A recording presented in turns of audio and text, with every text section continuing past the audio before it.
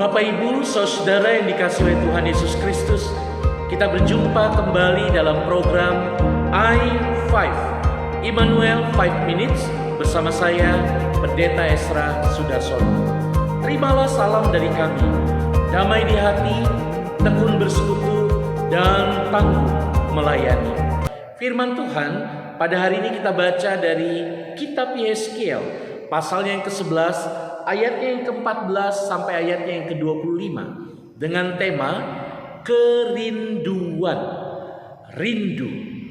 Mengapa orang bisa rindu terhadap sesuatu? Mengapa ia mengalami perasaan kangen terhadap sesuatu ataupun seseorang? Karena dia menginginkan orang tersebut atau peristiwa tertentu itu terulang kembali dalam masa kini. Apa yang terjadi di masa lalu ingin dibawa untuk kembali dialami pada masa sekarang. Rasa rindu tidak pernah berdiri sendiri. Dia berbarengan dengan rasa cinta kasih, sayang, dan keinginan untuk bersatu dengan apa yang baik. Dambaan-dambaan akan berkat-berkat Tuhan yang indah ingin kembali dirasakan pada saat ini, bahkan kalau bisa untuk seterusnya. Dalam bacaan kita pada hari ini, Bapak Ibu Saudara, Nabi Yeskiel diminta Tuhan untuk menyampaikan nubuat kepada umatnya yang berada di pembuangan, bahwa mereka yang sudah terserak-serak di berbagai tempat dan negeri, mereka yang tercerai-berai dengan keluarganya, dengan suku-suku bangsanya, akan kembali disatukan oleh Tuhan Allah.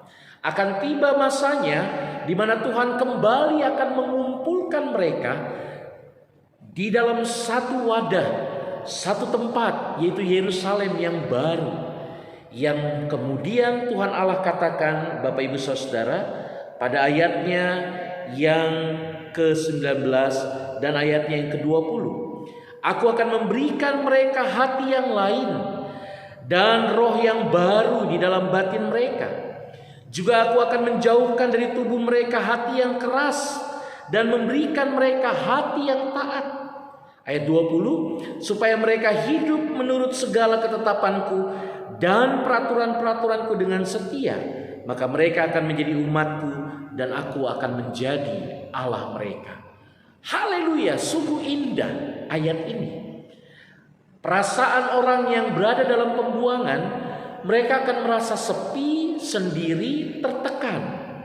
Mereka akan merasa ditindas, mereka akan merasa ditekan oleh bangsa yang menguasai mereka. Belum lagi perasaan terhimpit karena rasa bersalah akan dosa-dosa yang mereka boleh lakukan dan membuat penghukuman Tuhan. Dalam hal ini Tuhan memberikan penghiburan, Tuhan memberikan nubuat untuk menyejukkan. Akan tiba masanya segala penghukuman itu dihapus Tuhan, dan umatnya kembali dikumpulkan dalam rangkulan dan kasih sayang. Bukan saja umat yang rindu akan hidup yang penuh berkat Tuhan di masa lalu supaya penghukuman ini selesai, tapi juga Tuhan rindu untuk melihat kembali dan merangkul umatnya dalam ketaatan. Hari ini gereja kita, gereja Protestan di Indonesia bagian Barat, berulang tahun yang ke-72 tahun. Bapak Ibu Saudara yang dikasihi oleh Tuhan Yesus Kristus, saya jadi teringat dengan logo GPIB, di mana ada sebuah kitab terbuka dan tertulis Lukas 13 ayat 29 yang mengatakan, dan orang akan datang dari timur dan barat dan dari utara dan selatan, dan mereka akan duduk makan di dalam kerajaan Allah. GPIB memilih ayat dalam Lukas 13 ayat 29 ini sebagai bagian karena GPIB memiliki kerinduan mempersekutukan orang-orang percaya dari barat, timur, utara, dan selatan, lalu menikmati kebahagiaan dengan makan bersama dengan Allah tentunya. Artinya ada berkat-berkat Tuhan yang boleh diterima dan kemudian disalurkan bagi orang-orang lain yang juga memiliki kerinduan. Mereka yang sedang kosong jiwanya, mereka yang sedang takut, mereka yang sedang sendiri tertekan, mereka yang mungkin merasakan betapa hidupnya penuh dosa. Tugas kita adalah seperti Yeskiel dalam bacaan ini, menyampaikan kabar baik dan merangkul semua orang untuk masuk dalam kerajaan Allah. Paling tidak perhatikan umat kita, jemaat kita, saudara kita, keluarga kita.